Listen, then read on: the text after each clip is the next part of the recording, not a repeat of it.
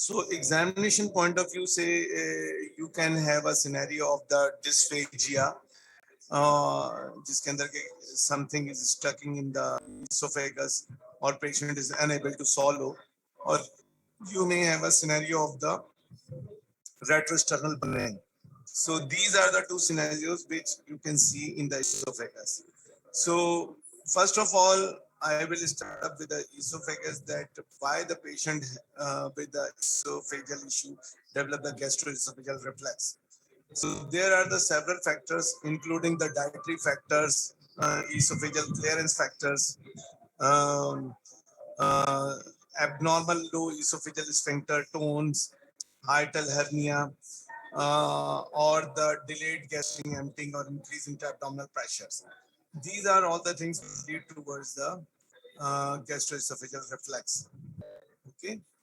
Now, what are the types of the hiatal hernia? There are the two types. One is called as the sliding hiatal hernia, and other one is called as paraesophageal hiatal hernia. Sliding hiatal hernia, in which the stomach is going vertically into the thorax, but in para esophageal means there is a defect in the diaphragm, and through that defect, the bulging of the stomach is in the thorax. So important feature of the hiatal hernia is basically herniation of the stomach through the diaphragm into the chest.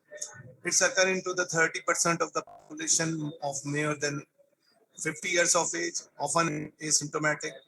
Patients are present with the heartburn regurgitations. Okay. So there are a few complications of the hiatal hernia. One is called as the reflex esophagitis. You can see that these are the ulcers which are in the esophageal lumen. So these are basically because of the reflex esophagitis. There may be another issue which is called as the Barrett's esophagus, in which the columnar epithelium is basically uh, upgrades and enter into the esophageal mucosa. So how we will treat the patient with the gastroesophageal reflux disease? We will, if the patient has a symptoms, what are the symptoms? The patient is complaining of the retrosternal burning, bubs, hiccups, recurrent cough. So these are the few symptoms through which the patient is usually present, or sometimes the patient may complain of the dysphagia even. So you have to start up with the antacids, and if antacids won't work, then you can go for the proton inhibitors. And if you have a good response proton pump inhibitors, you can continue the proton inhibitor for a certain period of the time. But if you don't have a good response, then you go for the 24 hours pH monitoring. And if pH monitoring is positive, means that it's labeled that the gastric contents are going into the esophagus. So you can go for the endoscopy and then followed by the fundoplication. But if the pH or pH monitoring is not, then you can continue for the proton pump inhibitors.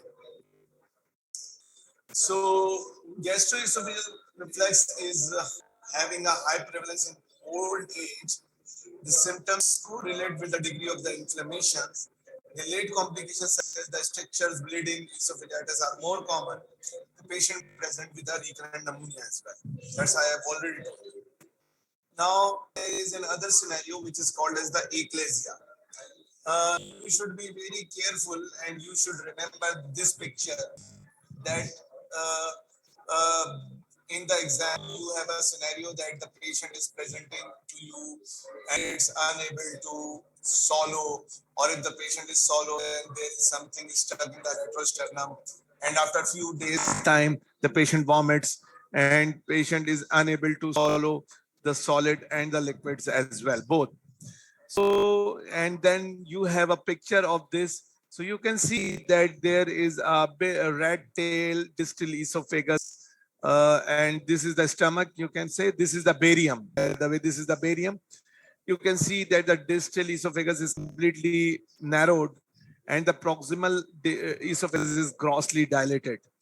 And this is basically the barium which is present over here, and you can see that the barium is unable to cross into the esophagus stomach clearly.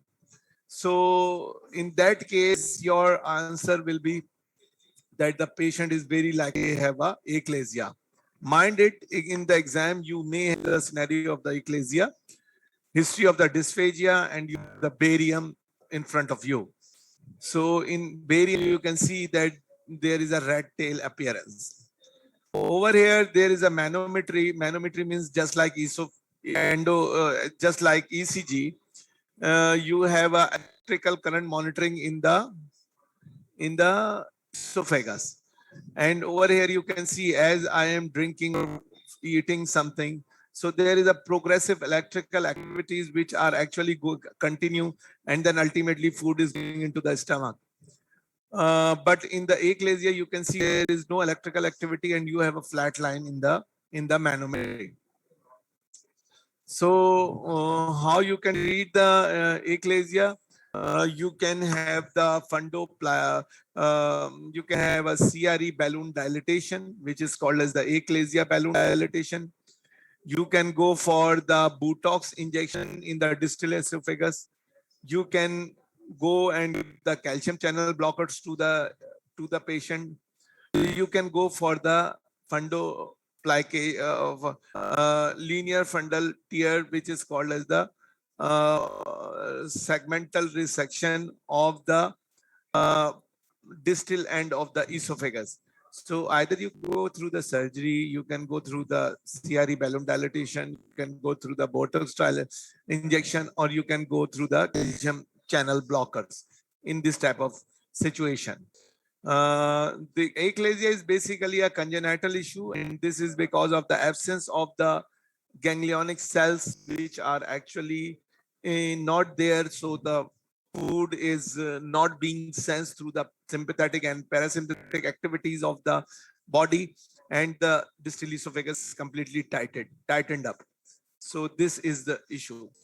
And what are the complications? The patient may develop the carcinoma of the esophagus in the achalasia. The patient may develop esophageal stricture. The patient may come present with the aspiration pneumonia. So over here, the squamous cell carcinoma is most common in the third entity is called as the squamous cell carcinoma, which may be in the exam.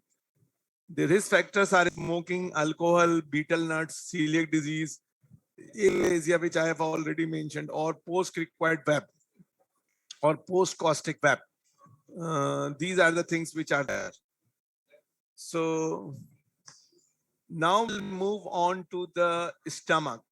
So is there any question which you have in the esophagus so that I can give you the answer? Please write it down if you have any question about the esophagus.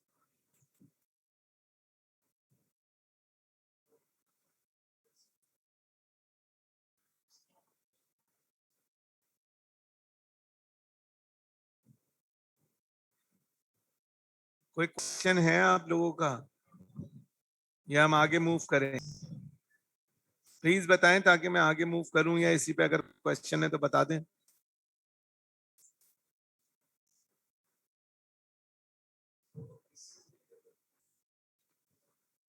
Okay, now we'll move on to the gastritis. Gastritis means the inflammation of the stomach.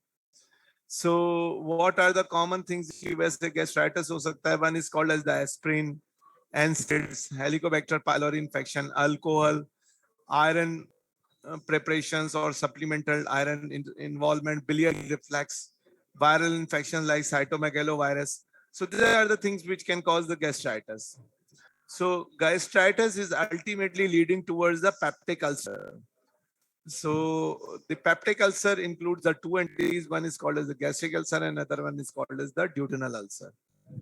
Male to female ratio in the duodenal ulcer is around 5:1, while in the gastric ulcer is ratio is around 2:1. The chronic gastric ulcers are usually single, and 90% are situated on the lesser curvature within the antrum or the junction between the body and the antrum. सही है? Chronic duodenal ulcers usually occur in the first part, just distal to the junction of the pylorus and the duodenum, and 50% are on the anterior wall. Gastric and duodenal ulcer coexist in 10% of the patients, and more than one ulcer is found in 10 to 15% of the cases. Around 90% of the duodenal ulcers and the 70% of the gastric ulcers are with association with the Helicobacter pylori. Okay. This is basically a Helicobacter pylori is a gram-negative bacillus. You can see there is a flagella. This is the body. There is an enzyme on the body which is called as the urease. Urease, in the presence of the urea, convert into the ammonia, and then the ammonia convert and use the explore or exist in the form of the carbon dioxide.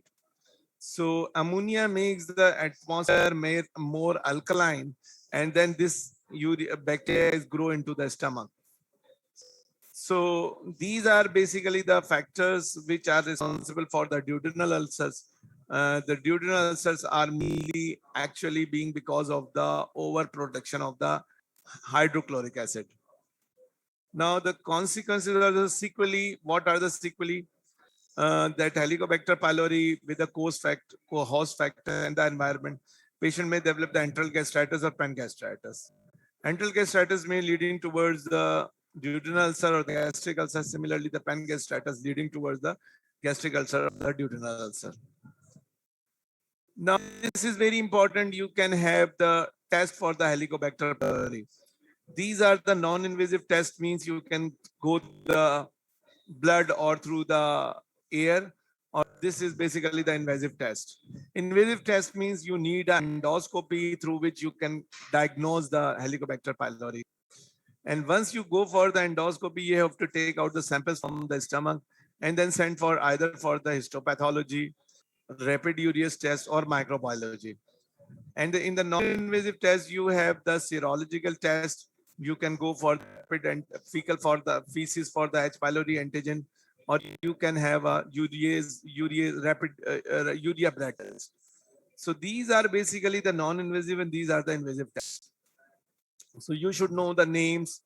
कि जी Helicobacter pylori antibodies check कर सकते हैं, faeces में antigen check कर सकते हैं, histology check कर सकते हैं, रैपिड टेस्ट कर सकते हैं.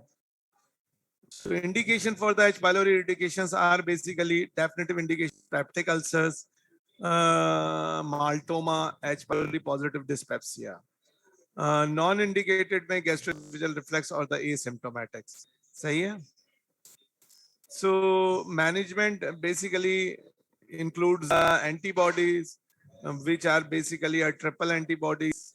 First line therapy includes the proton pump inhibitors, which includes the clarithromycin, amoxicillin, and or metronidazole along with the PPIs.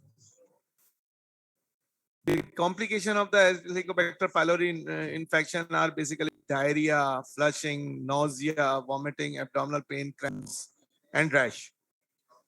When you can go for the surgery, if the patient have a perforation, hemorrhage, gastric outlet obstruction, then you can consider for the surgery.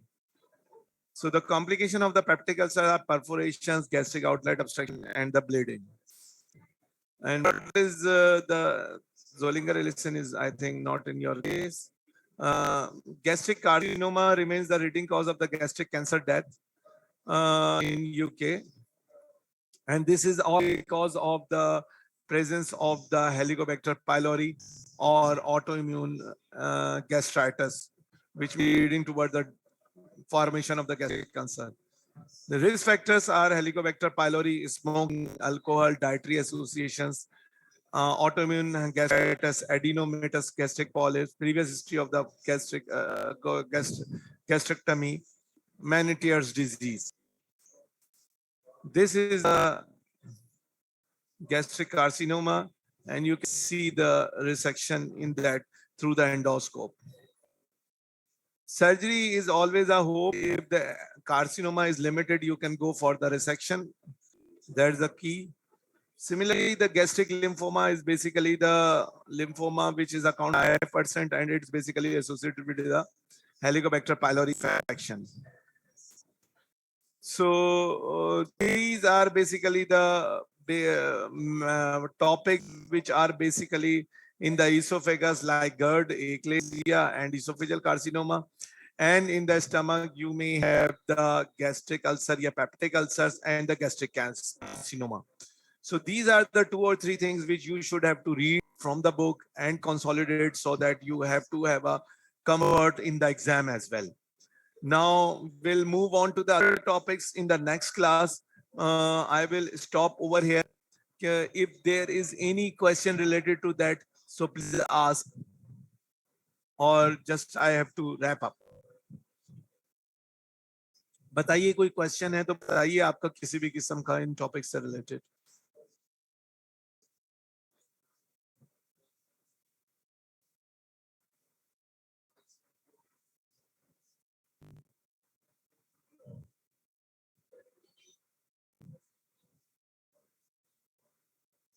कोई question नहीं है, सारी चीजें समझ आ गई हैं आप लोगों को.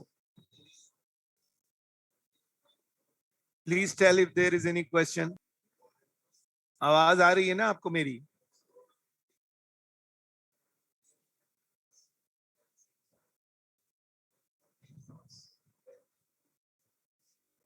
आवाज आ रही है आपको?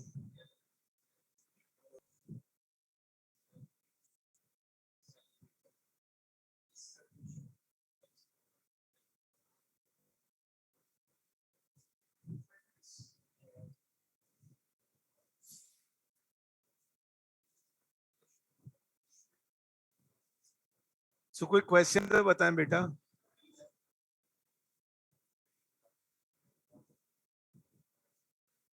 कोई क्वेश्चन नहीं है.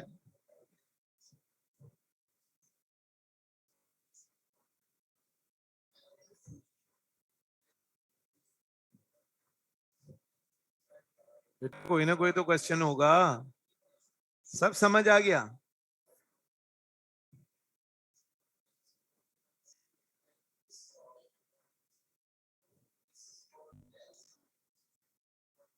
सब समझ आ गया आप लोगों को?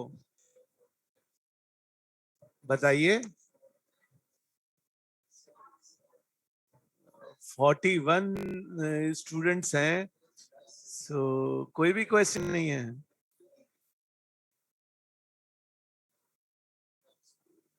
So shall we stop here?